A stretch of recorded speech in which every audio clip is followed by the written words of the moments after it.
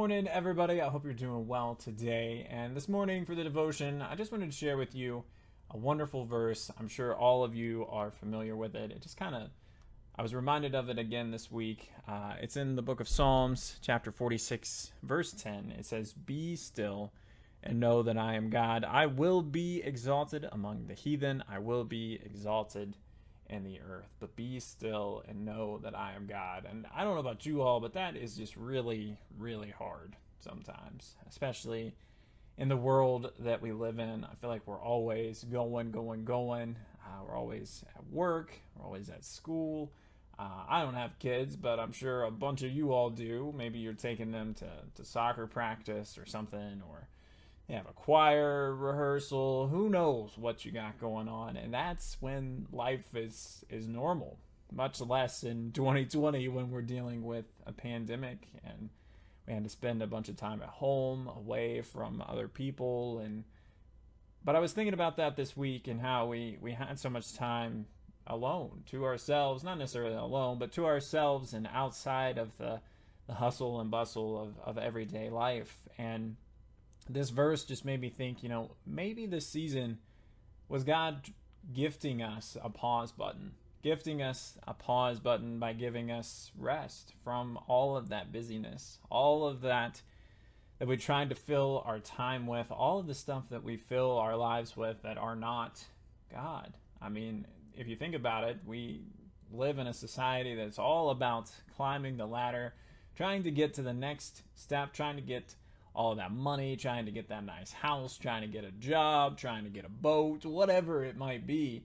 But we live in a society that just has so much emphasis on stuff and on things and status and wealth. And maybe God wanted us to have a pause button on that, to be still and know that none of those things are truly fulfilling, that only God is the thing that will give us true fulfillment and joy in this life. That's part of the reason I feel like he did this. Maybe we were not giving ourselves enough rest from our work or from our job. Sometimes I feel like we stretch ourselves so thin. We try to be a good parent. We try to be a good brother or sister, a good daughter or son, a good friend, a good husband or wife. We stretch ourselves thin. And it's not to say that you shouldn't strive to be the best that you can be in all of those different areas, all of those things that God has given you to be, all of the things that he has blessed us with, all of the different roles. But a lot of times I feel like we neglect ourselves in those moments. It's really hard to give to other people when we don't have anything to give, when we're pouring out from ourselves but never stopping long enough to be filled by our Heavenly Father.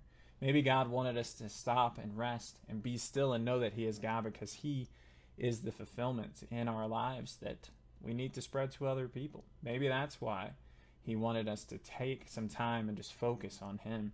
Maybe God wanted us to rest in our finances. Maybe we spend so much time trying to get that wealth, trying to spend it on stuff that doesn't really matter.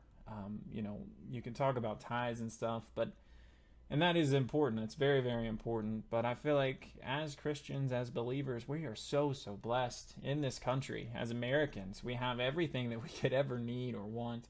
That's not to say that there aren't people that face poverty in this country, but we are very, very blessed. We are blessed to be able to even come to church and worship freely, which is something that a lot of other nations around the world just simply don't have. And I think a lot of times we try to keep all of our wealth to ourselves, especially when there's so much emphasis on money.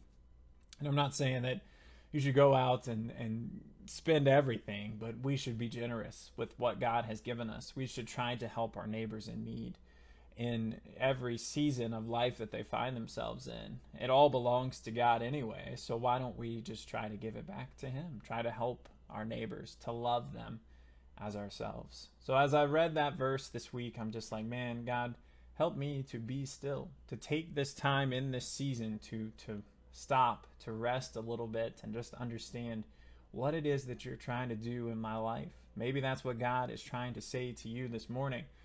How would you rest today? Take a few moments and just listen to what God would have for you. What would he say if you truly tried to listen to him? So I encourage you to try to do that today, to take a few moments and just say, God, what areas of my life do I need to be still?